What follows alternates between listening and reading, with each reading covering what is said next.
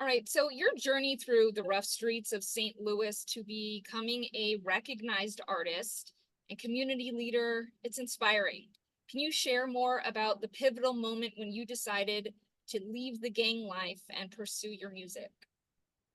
Yeah, I'm originally from West Side St. Louis, so some know about Wellston, some may not, but it's one of the roughest towns, neighborhoods in St. Louis. So, as a child, I wasn't given too many options for traditional success or any of those things. So, growing up in that environment, you're given what you're given. You're dealt the cards that you're dealt. So for me, growing up in the hood, growing up around the streets, and anybody that in gang life, it's normal life. For me, I didn't even look at it as anything negative until I was met with opposition and things like that. So, but I've always had my mom, and growing up, I had my dad, and always like a keen sense of like God, honestly, like I always, even in some of the scariest situations, I've always had this like internal compass, that I followed. And uh, when I was when I was 15, I got shot, and that was really a crossroad moment for me to change my life. And way before I even made the decisions to change my life, my mom made the decision to change my life by sending me away. And she sent me away, and I lived with six different families when I was in high school, and that's what really shaped me and gave me a second chance at life for sure. Were the families people that you knew or that your parents knew? One of the families were, yes, and then the rest, it was just people that found out my situation, or when I was uh, transitioning or kicked out of one place or what have you. There will always be somebody there that was taking me in, whether they be a counselor, a teacher, because uh, they really came together to make sure that I didn't go back to St. Louis. That was the main mission, for me at that age, was don't go back. And it was amazing seeing people from that I didn't even know. Again, they had their own families, and they took me in, and they gave me an opportunity. So it wasn't a foster care situation. These were just people who were doing this to help you. Right? Yeah. Wasn't Yeah. It wasn't a foster care situation, because I was an emancipated minor at a young age. So I wasn't old enough to make my own decisions, but legally, me being emancipated, I could just go where I need to go. So. And you mentioned God. How does faith play a role in your life and how does it contribute to your music? Faith plays a major role.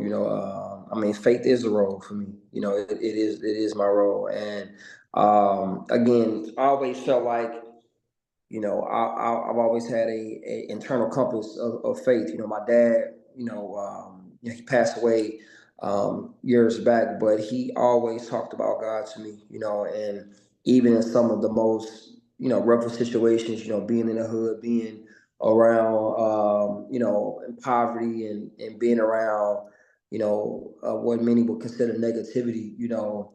My dad always talked about God to me, and it planted seeds into me that as I grew over time, it grew. And so my faith is the source of my music. It's the source of my outlook on life.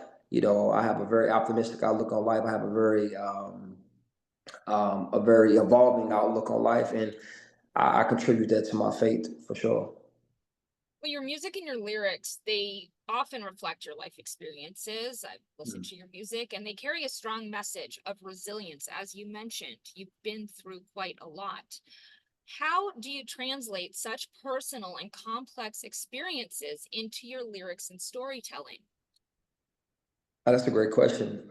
I do it by being authentic, you know what I mean? And like really, when I make music, I'm not making music to gain some type of notoriety. I'm not trying to be famous. I'm not.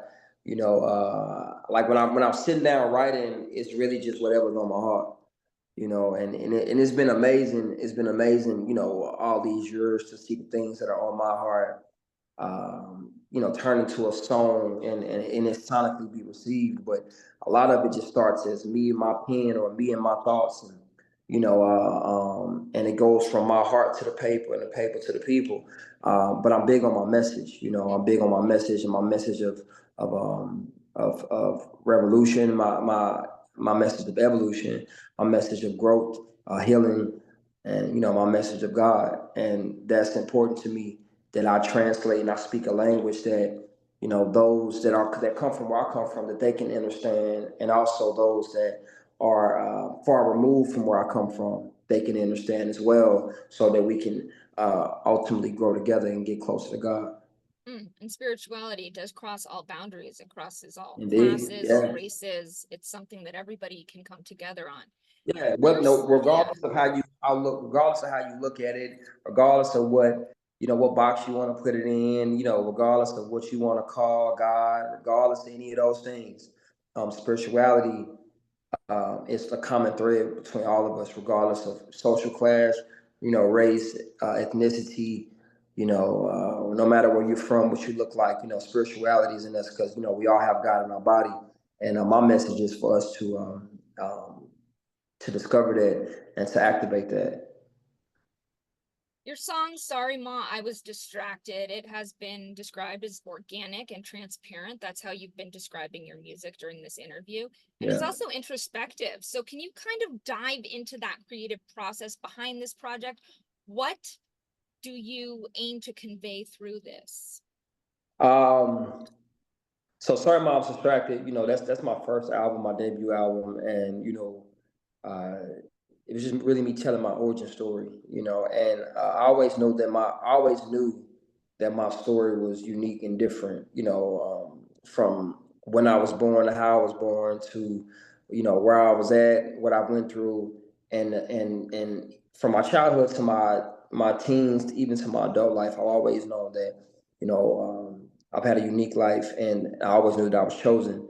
And so that album is really me. It's like a tapestry of my life as it relates to me navigating, me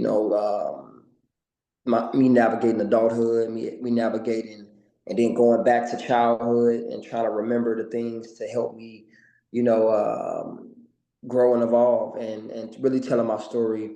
I'm big on mental health, so it's big, in the album I touched on mental health a lot. Um, Mental health, especially in my communities, is still a taboo thing. But I wanted to use that album as a platform to speak on things like that, and honestly, just tell my truth. And a lot of people, whenever you're telling your truth, sometimes it may feel like you are holding others in contempt, but that's not necessarily the case. When you're telling your truth, you're freeing yourself. And so that album definitely freed me, but it was amazing to see it be the story and me tell the story of so many people around the world, for sure. Telling your story, you have been compared to people who are considered really great songwriters, great lyricists. You've been compared to Tupac, you've been compared to D Smoke. Um, that's what they say is it takes a really good storyteller to make a great song. So how have these artists influenced you? Yeah, definitely. I grew up on Tupac. That Tupac's passion and the duality is what I relate to. You know what I mean? Like the ability to be able to be a poet. I'm a poet first. I started off writing poetry and spoken word, and to be able to add in your personal life and your personal activism, and speaking boldly, speaking for those that can't speak for themselves, and really telling the story, and also just standing on what your principles are. That's definitely what that correlation between me and Tupac is. I grew up, listening to Tupac, and I'm one of those people that wish that he had lived longer to evolve. And what a lot of people have told me is that they feel like I'm what Tupac would have evolved into. And that's just, I take that as an honor, to even be compared to a great like that. And but I definitely carved my own legacy and cemented my own stamp in this world and also in the music industry for sure. Yeah, you've taken that ability to tell your personal stories, struggles, things that also people can relate to, make it into a sort of relatable way where people go, yeah, I know what you're talking about. And you've made it your own style. Yeah. And you also have received significant recognition, including the White House Service Achievement from former President Obama. How does this recognition shape your impact as an artist? It shows me that there's no ceiling, on artistry. A lot of times when we think about music, we think about hip hop, we think about the radio and videos and social media, but the ceiling is way bigger than that. Your music, what that award showed me is that, my music can reach higher heights, and go into places that I didn't even know that I would even be welcomed into. You know what I mean? So to be able to receive the Service Achievement Award, it was really just an affirmation for everything that I'm doing now. I got that when I was younger. Um, well, I got that earlier in my journey, but it's just really an affirmation and a confirmation that I'm doing everything I need to do, and that my music has no ceilings, no walls. All right, given your experiences and challenges, things that you've faced, what advice would you give to young artists or young people who were in similar situations as you were? Um, But that's the thing. I wouldn't really give advice. I'm not really, I don't like to give advice. What I do like to give is knowledge. You know what I mean? Because I believe that advice is something that, it may have worked for me, but it may not work, for the other person. But the knowledge is there. And through your own intuition, your own relationship with God, you can apply that knowledge to you however, whenever, and for whatever. So what I will give is the knowledge. And the knowledge is knowledge of God, knowledge of self. I'm very big on that. A lot of us have been taught to believe in ourselves and believe and believe and believe. And don't get me wrong, belief is a powerful thing. It's very powerful, but belief is not the end of it. Because belief is really doubt. You only believe because you can't prove it. You know what I mean? Because I wouldn't say I believe that we're doing this interview right now. I know we're doing this interview right now. You know what I mean? So it's that same level of knowledge that we should we should allow beliefs to mature into knowing. And when you know something, you walk different, you talk different, you show up different, you protect it different. And I encourage all artists, all people, to get to a place of knowing. You know what I mean? And when you do that, when you get to a place of knowing, then your art becomes reality, your music becomes reality, your visions and what you manifest become reality because you don't believe it no more, you know it. So you are an indie artist, right? That's what Mm. they say, indie, independent.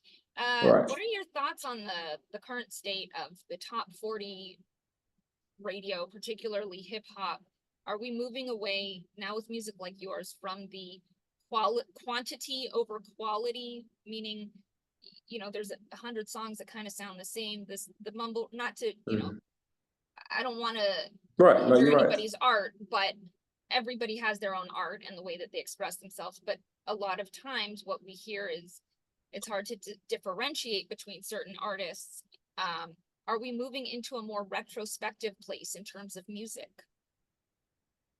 I think so. I think we're moving in a more retrospective place, a more reflective place, a more conscious place to music. I believe that, and I know for sure that I'm a pioneer in that area of reflective, retrospective, authentic God music. And that's why I label my music, God body music.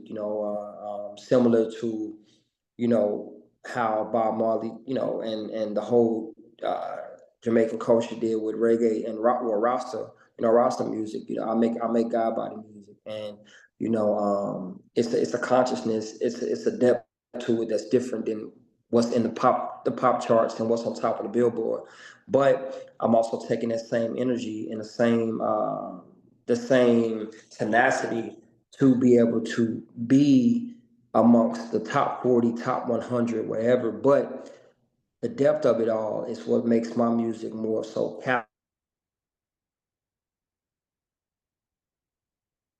Uh-oh, you're frozen.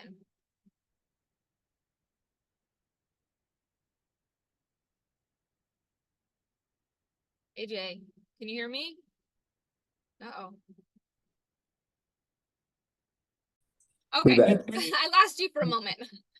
That's okay. That That's right. happens. Zoom, these things happen, especially. That's But okay. yeah, But no, I was just saying, like I do believe that, and I not only believe, I know that, my music is definitely, a leading a charge in that. And there's so many other artists, there's so many other artists out here that, are being more intentional with their art, with their craft, and more consciousness, because people getting tired of dying in every song, getting shot in this song, degrading in this song, and like that music, it won't live 100 years from now. And I believe that my message and the message of so many others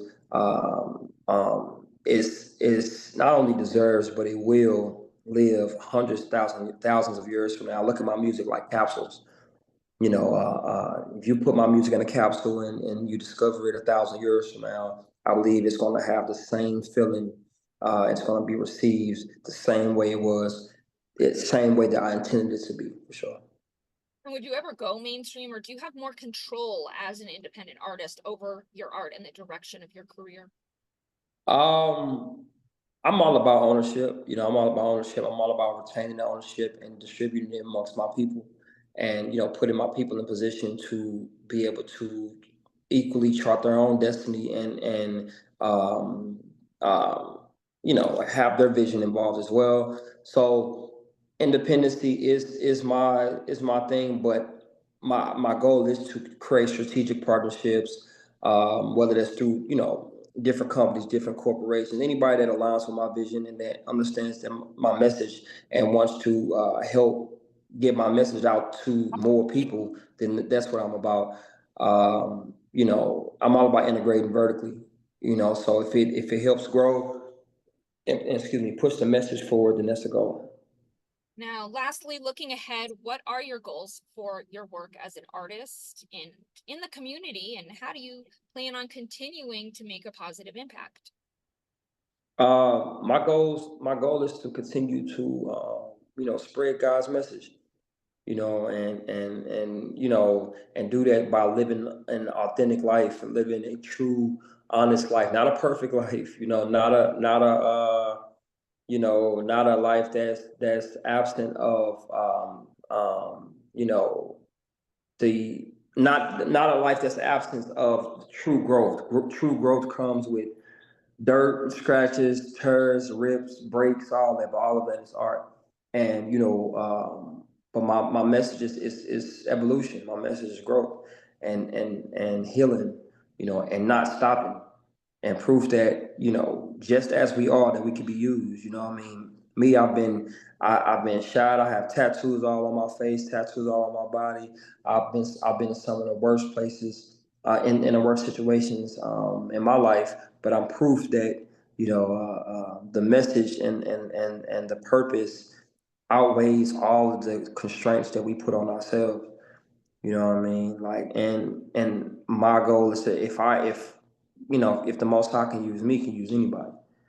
So my goal is to continue to spread that, build infrastructure, through my music, through my message, and to be a beacon to be like a magnetic force to attract all of those that think like me, and we just continue to collaborate and integrate vertically and build something that can outlive all of us.